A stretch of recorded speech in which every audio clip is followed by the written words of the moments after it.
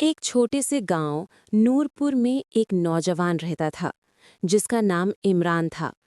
इमरान की जिंदगी बहुत मुश्किल थी क्योंकि बचपन के एक हादसे में उसका बाजू टूट गया था और अब वो हमेशा एक हाथ से ही काम करता था।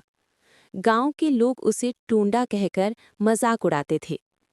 इमरान की माँ फातिमा दिन रात दूसरों के घरों में बर्तन मांजती और झाड़ू देती ताकि घर का चूल्हा जल सके।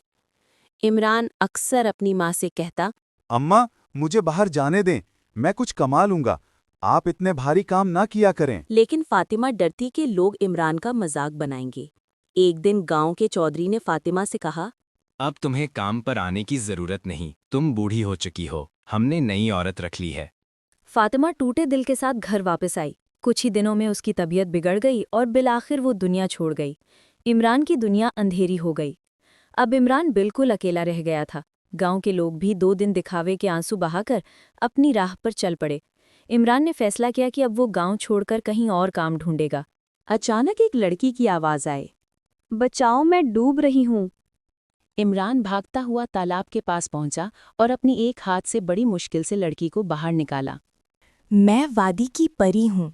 कई लोग यहाँ से गुजरे मगर किसी ने मदद ना की। तुमने मेरी जान बचाई है। मांगो, क्या चाहते हो?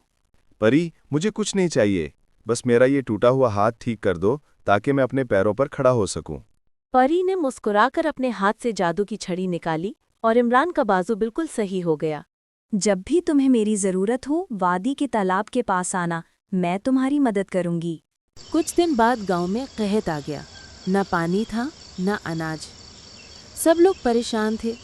गांव के बूढ़े इमरान के पास आए और बोले, बेटा इमरान, हम जानते हैं हमने हमेशा तुम्हारा मजाक उड़ाया है, लेकिन अब तुम ही हमारी आखिरी उम्मीद है।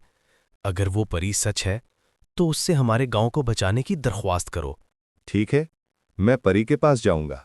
गांव वाले सब इमरान के साथ जंगल गए।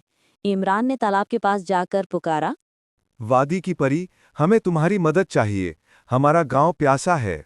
परी फौरन जाहिर हुई। उसने कहा, उमरान, तुमने नेकी की थी, इसलिए आज मैं तुम्हारे गांव को हमेशा के लिए पानी अता करती हूँ। इतना कहकर परी ने अपना जादुई छड़ी निकाली और गांव की खुश्क नदी में पानी भर गया। पूरा गांव खुशी से झूम उठा। आज हमें समझ आया कि जिसे हम कमजोर समझते थे वही सबसे ज्यादा बहादुर है।